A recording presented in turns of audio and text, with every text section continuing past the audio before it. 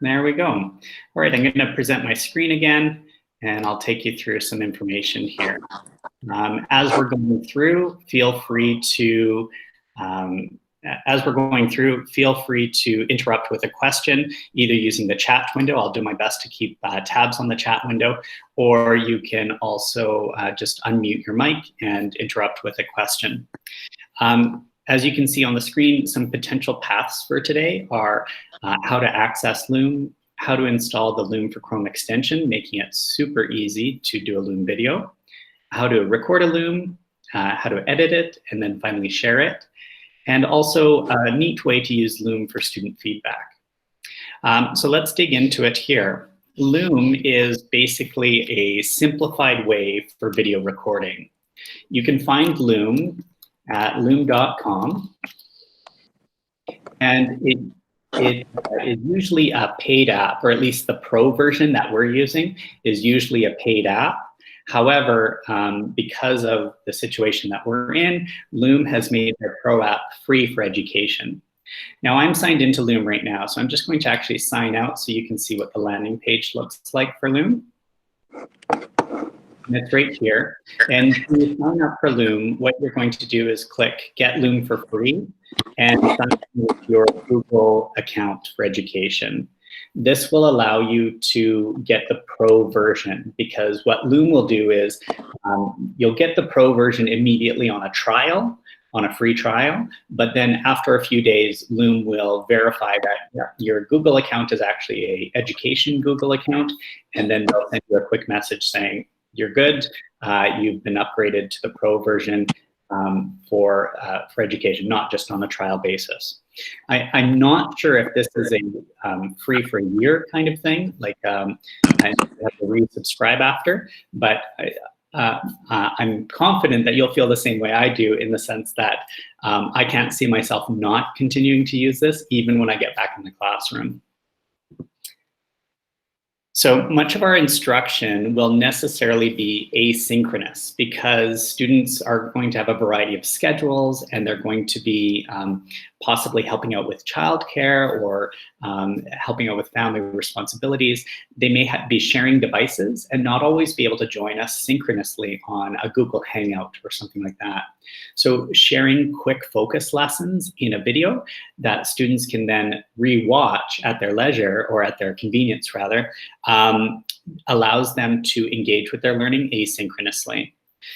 Loom will allow you to record your screen, your voice, your face, and create an instantly shareable video in less time than it would take to actually type up the information that you're trying to send.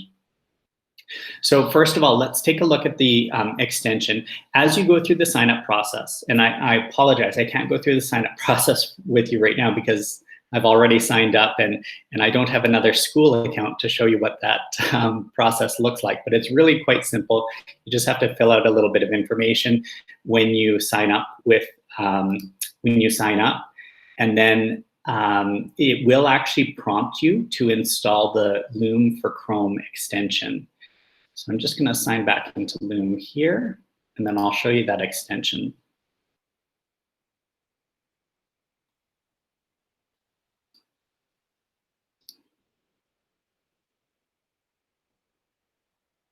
There we go. The Loom for Chrome extension is this one right here. So it'll probably at some point bring you to a page that looks like this. And this button here that says Remove for Chrome will actually say Add to Chrome. And this is the Loom for Chrome extension that you want. You'll know you have it when at the top of your Chrome window, you have this little Loom icon. And then it doesn't do much else after that. After you end up installing the Loom for Chrome extension, it might still ask you if you want to, and you can just hit skip or continue because you've already done that. And it will kind of bring you to this dashboard that is loading on my screen here. And you don't need to work through this dashboard in order to record a video. What you would do actually is just use the Loom for Chrome extension. So that's what I'm going to show you today. There is also a desktop app that you can download. And if you plan on doing a lot of recording, say from your MacBook or desktop Mac or something like that, you can download that. There's also an iOS app that is free so that you can do Loom right on your iPad. And I'll talk more about that at the end of our presentation here. So let's go through how to record a Loom video. As I said, this would be your dashboard, but you don't need to have this up to record. You just need to make sure that this Loom icon is in your toolbar at the top. So I'm going to close out of this window here and close out of this one here, just so that we can simplify some things. So let's imagine that I'm doing a quick morning meeting video for my students, and this is a display of our day. And so what I'm going to do to record is get this screen ready, and then I'm going to click the Loom extension up here.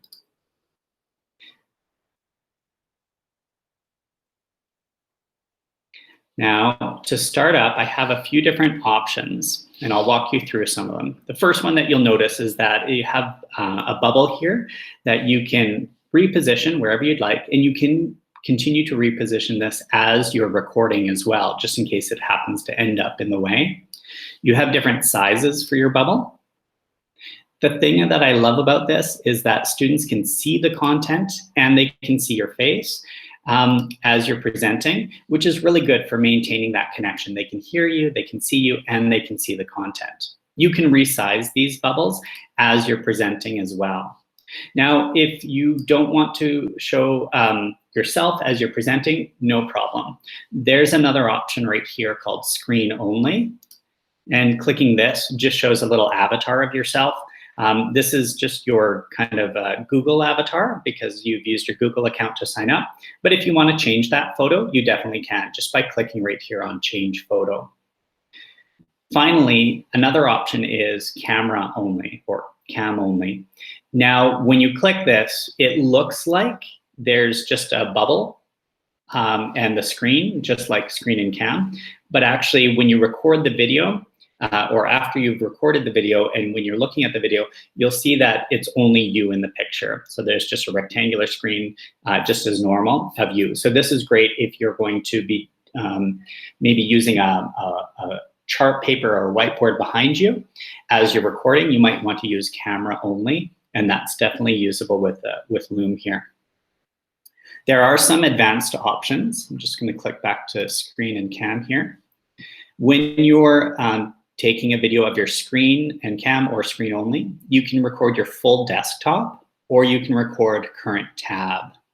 So full desktop is good if you intend to navigate around different tabs, different windows, or even different applications. So if you wanted to actually show something on your desktop, like my desktop here, and open different applications, you can do that with Loom.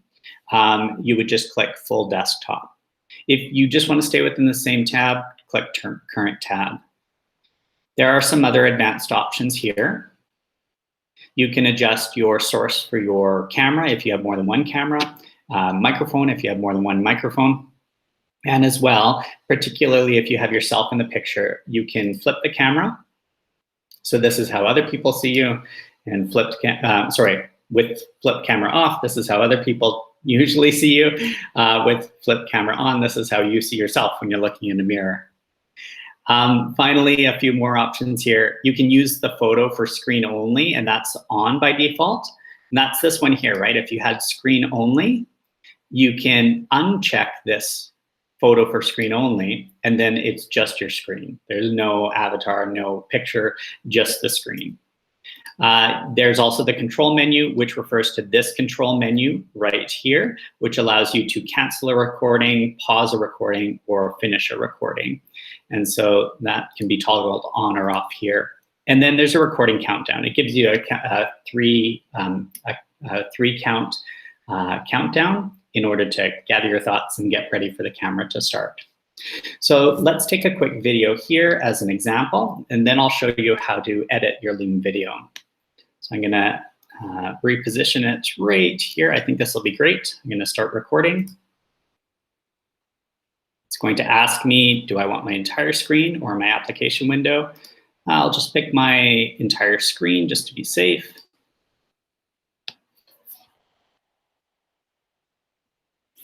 Good morning, everyone. Here's a display of our day. So today is Tuesday, and we're looking at, for language arts, a couple of options. We need to do our Flipgrid reading response. Your other option is writing in your journal. Please do one of those and then share it back with me in Google Classroom. When it comes to math, we're working on our collaborative Jamboard lesson. So be sure to look for the instructions in Google Classroom. And as a final note, please let me know what's working well and what's been challenging. Send me a direct message or an email, and I'd love to check in with you about that. Talk to you later. So now, as I'm recording here, if I really didn't like what was going on, I could hit the X and cancel this recording. This is great because then I don't have to go back into my Loom and press or delete a recorded video.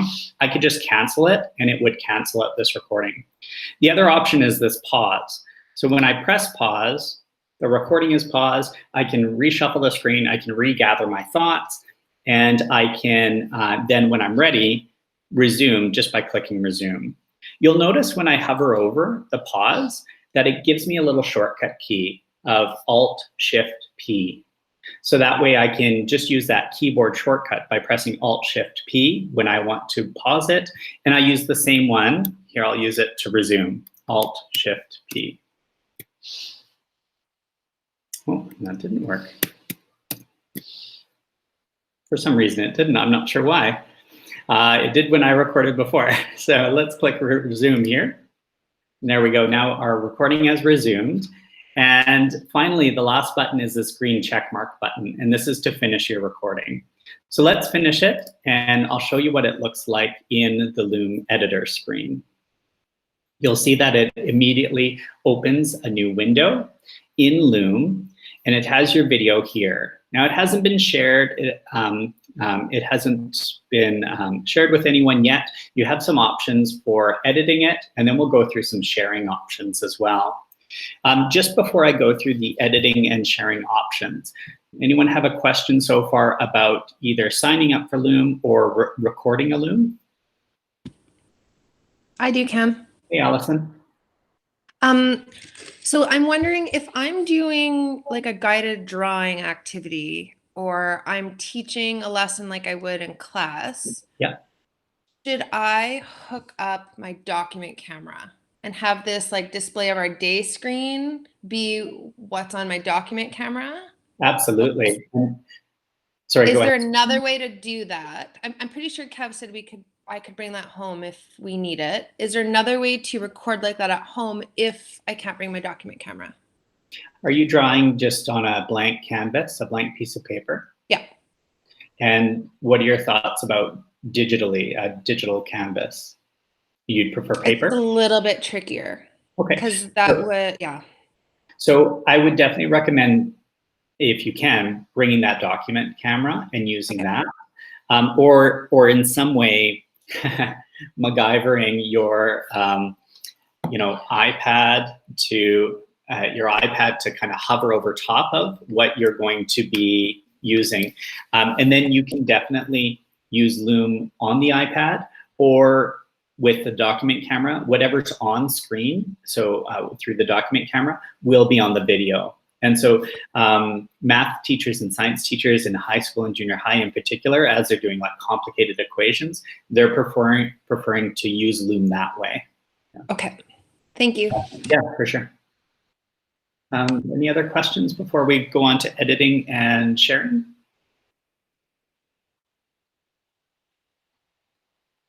Okay, let's take a look at some of our editing abilities. The first thing you'll want to do is, in this screen that it brings you to, is name your video. It's pulled out kind of the tab that I was using, morning meeting schedule, but I can give that a more descriptive name. Today's display of our day. And what is it? March 31st. And so when you can give it a name so that you can quickly and easily find the video afterwards, and students can find it. They know which video they're watching. And Marg has just asked, is there a size restriction of the file that one can upload? In the Pro version, there's no, I don't think there's a limit. I mean, Others have taken videos up to like 40, 50, 60 minutes. And so I don't think that there's an upper limit. Definitely in the non-pro version, there is. But luckily, as educators, we get the pro version. After you've named your video, you're going to want to take a look at some of the edit options right over here on the screen. So first of all, we have the settings cog. There's a few options here. Now, when kind of like a YouTube video, when you share this video, it will open up into a Loom screen with your video, and underneath there is a comment section. It's up to you if you want to leave those comments on or off for anyone who has access to the video or anyone who views the video. You can also get email notifications whenever a comment is posted. And emoji reactions refer to a little line of emojis at the bottom of your video here that viewers could click as they're watching your video. So much like I think like a live stream Facebook video, viewers could react with emoji. It's up to you if you want to have those on or off. You could also toggle that setting and then click the checkbox for use as default so that you don't have to keep changing that every time.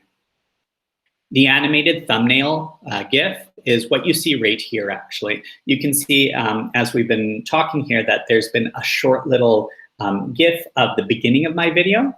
And this animated thumbnail could be used when you post this video to a Google site that you have or something like that. You can embed the GIF and they would see this little GIF that is animated. The Loom branded player, to be honest, I don't know enough about whether to have that on or off. I've just toggled it off. I think that's a feature for Pro as well. You only can turn that off if you have the Pro account. So it might just kind of say Loom at the bottom of the video or something like that if you have that on. You can specify whether viewers can download the video, and then you can show analytics to the viewer as far as how many people have seen it or viewed it or things like that. Click Save to save your settings when you're happy with them. Trim is another nice feature. And so with Trim, it's going to open up your video. Good morning, everyone. And at this point here, I'm going to play it, and you'll be able to hear it as we go through. And I'll show you what I mean by trim. I'll trim a little bit of the video. Everyone, here's a display of our day. So today is Tuesday, and we're looking. So I can pause it here. I can start trimming, and it gives me a little red kind of margin here as to where to trim. And I can drag this back or forth. I can also keep playing it to see if it matches where I want it to trim. And I can also fine tune that trim by toggling this timestamp up or down. So in tenths of a second here. And then I can click remove to trim something out. So I won't trim it right here, but I remember right over here, we were pausing the video. So if I go over here to where that pause is and click, I'm gonna actually, sorry, click cancel here to stop the trim. If I go over here,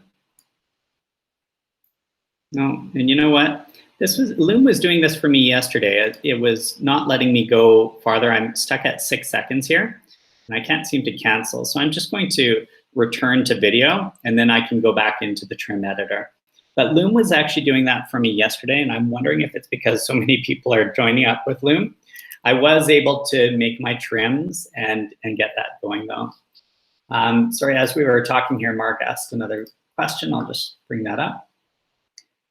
Not sure, oh, my screen. Oh, sorry, Mark, I'm showing you that your screen has gone blank. I'm not sure what to do about that. But rest assured, this video will be recorded. Finally, you have a call to action here, and a call to action is a button that you can put on the screen so that students can just click that button and then do something. You could add a link to it, for example. So my call to action, if I click it on here, there we go. I can say something like go to classroom in the button text here. And then I could post a link to my Google Classroom page. because I did mention with both my language arts and my math assignments that they should go to Classroom to reference those instructions. So that way they don't need to navigate somewhere else. I can just post that right in here. And then what they can do is click this button after they've watched the video and go right to Classroom. You have some other options as far as the color, the text color, and then whether it's slightly rounded at the corners or square. So that's the call to action button. And then finally, a custom thumbnail. Instead of the animated GIF, you could upload a picture for the thumbnail of your video. So those are a few edit features. The other ones that I want to talk about here are about sending your video.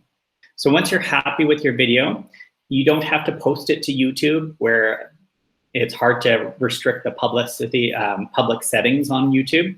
And you don't have to embed it into Classroom. You don't even need to put it on your Google Drive. The easiest way to share it is just to copy this link right here and then post it in your classroom. And so they don't need to download, they can watch the video, it just streams directly. It opens up into a new window just for that video. It doesn't even have a list of all the other videos you've created like YouTube would. It just has that one video. If you are particularly worried about privacy though, you can invite specific people to view the video. And this only allows people with specific emails to view this video. So you can copy a list of student emails, for example, in there. Finally, you could also add a password and then just share that password with certain people and only allow people with that password to view the video. In the link sharing here, that's the most private view. The other option here would be public. So it would appear in a Google search, for example. That would be great if you're sharing a video widely with lots of people, even beyond the classroom. And the last few options here I'll explain are these ones. You can download the video and just have it as a file in your drive. You can duplicate this video and then make further edits and different edits to it. You can delete it entirely if you're really not happy with it. And then finally, here are a few more share options. The link, which is just like this copied link right up here. The linked GIF or GIF that you can embed in a Google site, and a few other ways that you can share. Now, I did go through a lot of information there about how to edit and share, but what I want to emphasize is editing is really just a quick couple of things in terms of trimming out a second here or there if you're not happy with it, or toggling those settings, and then just copy the link and share it right into your Google Classroom. That's how easy it is to take a video, record, toggle a couple of edit settings, and share the link. The last thing that I'll mention is this is great for giving student feedback. So let's say, for example, instead of doing a morning meeting video or a focus lesson, you had a student piece of work submitted through Google Classroom, and you wanted to give some quick feedback on here. There's an easy way to do that. I'm just going to close this window here. So what I can do is take a quick video giving some feedback about the student's essay on biology. I'll click start recording.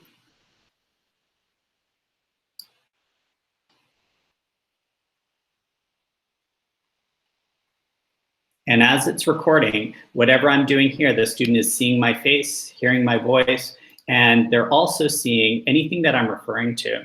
So if I wanted to scroll through their document and mention something in particular, like this phrase right here is really clear or concise, or maybe it needs some more details, I can highlight that and speak right to it. After I'm done my video, which would be just a quick little 30-second video for feedback, I can go back into the edit screen. I'll give it a quick name.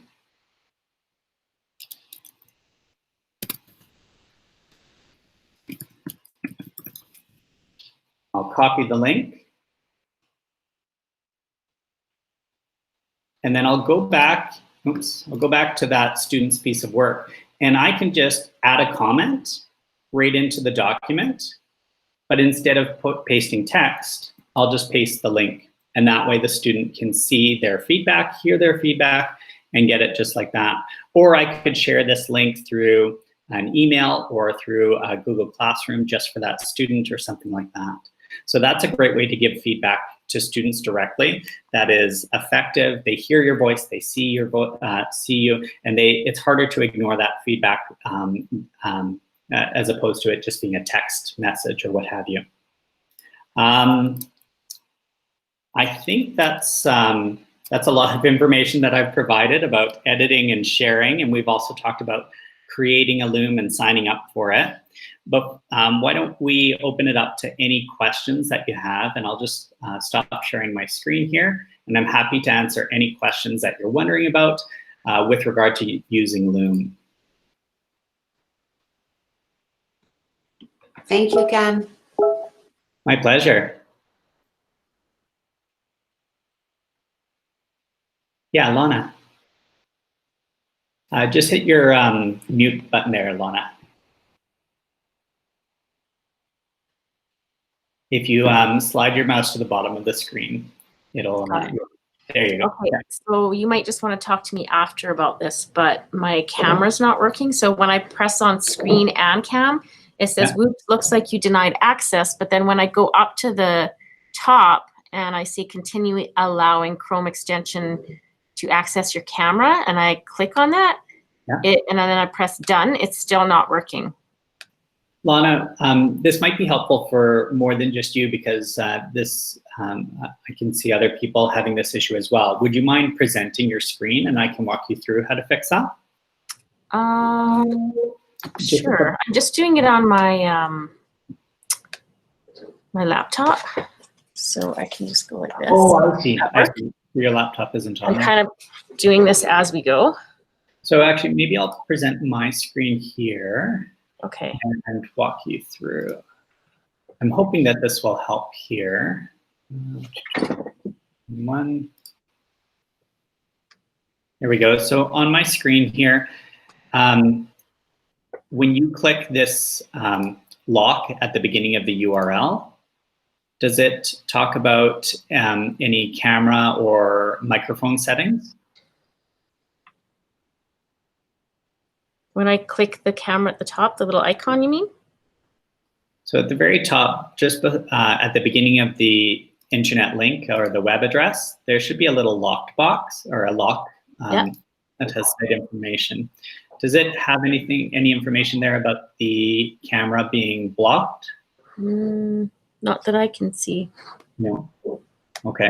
So this, just for everyone on the call, this might be a way to re-allow a camera or a microphone. If it was blocked, it would show up here. But after you click allow for the camera, which it doesn't have here, but it would if the camera was blocked, after you click allow, you would have to reload the site as well. So Lana, I would suggest reloading the site, and then if that's not working, you and I can kind of troubleshoot that together after the call here. Sounds good. Thank you. No problem. What other questions do you have about using Loom with either focus lessons or student feedback?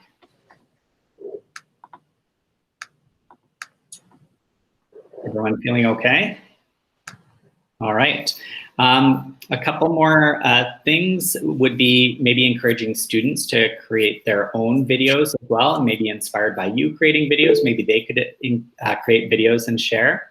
And then the other thing that I said I would talk about is the Loom iOS app. So I'm just going to close a couple of windows here, and I'll share that link to the iOS app.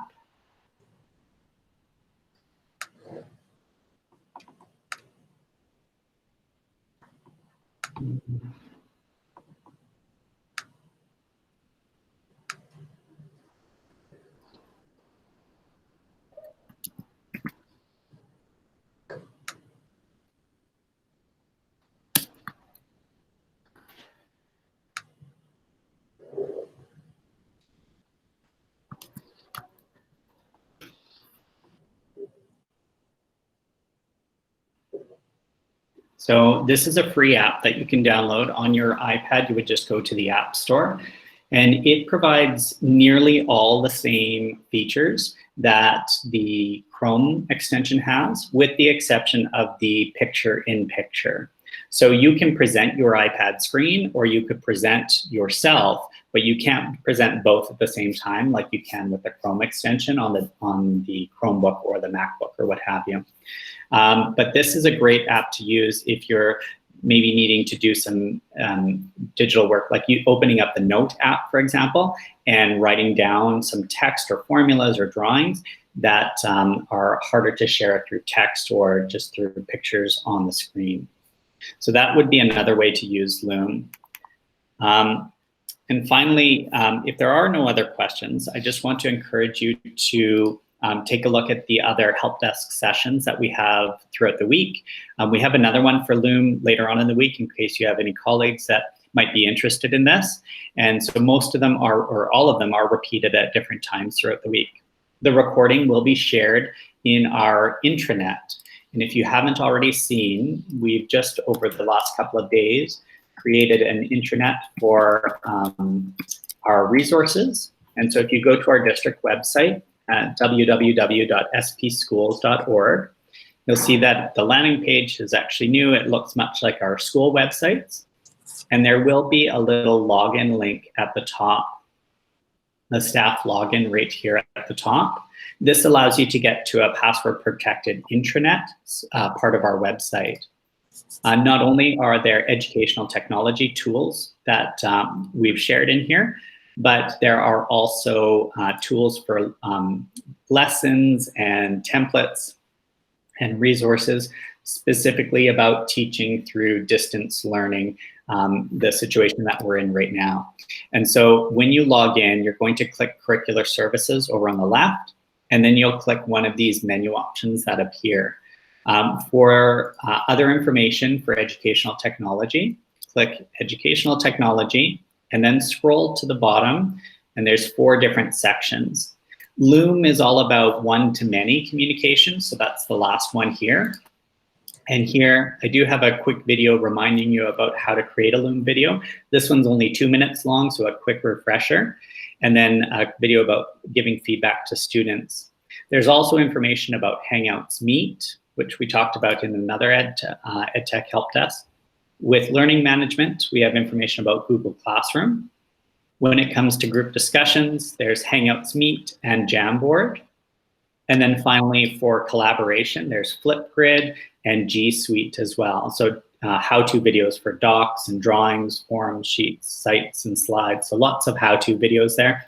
And the great thing is that nearly all of these videos are really quick. They're 1 to 2 minutes max, so that you can get the information you need quickly and easily. I didn't mention because I was already logged into this website, but when you click staff login, you'll have to either put in your first name dot last name and password, much like you do with PowerSchool, or you can click the button that says Google, and that'll just sign you in with your Google credentials. Finally, send me an email whenever, even if it's between these help desks or in the evening or what have you.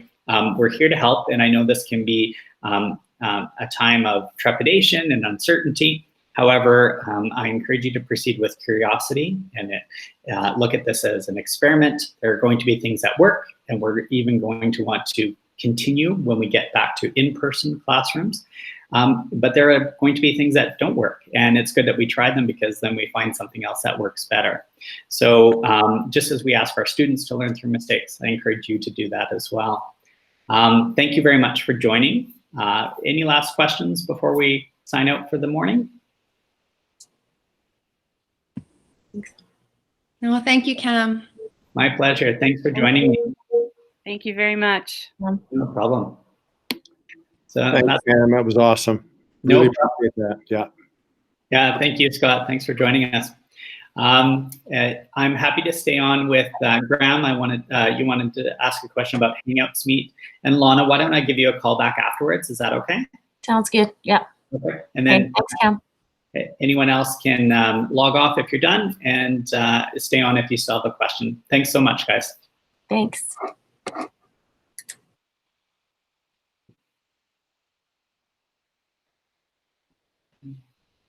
Hey, Graham, are you still there?